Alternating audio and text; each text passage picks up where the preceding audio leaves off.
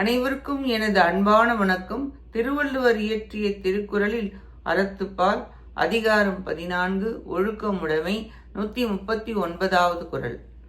ஒழுக்கம் உடையவர்க்கு ஒல்லாவே தீய வழுக்கிலும் வாயால் சொல்லல். மறந்தும் தீமையான சொற்களை தம் வாயினால் கூறுதலாகிய செயலை நல்லொழுக்கம் உடையவருக்கு இயலாதன ஆகும். ஒழுக்கம் உடையவர்களுக்கு தப்பித்தவறி கூட கெட்ட வார்த்தைகள் வராது. மறந்தும் தீய சொல்லை சொல்லார். விரதத்தில் ஒன்று கெட்ட சொற்களை பயிரக்கூடாது என்பதாகும். தீமை செய்துவிடும் என்பதால் மிகவும் கவனமாக இருப்பர். நல்ல வார்த்தைகளையே பேசி இன்சொல்லால் நல்ல ஒழுக்கத்துடன் இருக்க வேண்டும். நன்மை தரும் நல்ல வார்த்தைகளையே பயில வேண்டும். தவறிக்கூட சத்தியத்திற்கு புறம்பான வார்த்தை, பிறருக்கு தீங்கு பயக்கும் பொய் முதலானவைகள் ஒவ்வாத சொற்களை சொல்ல மாட்டார்கள்.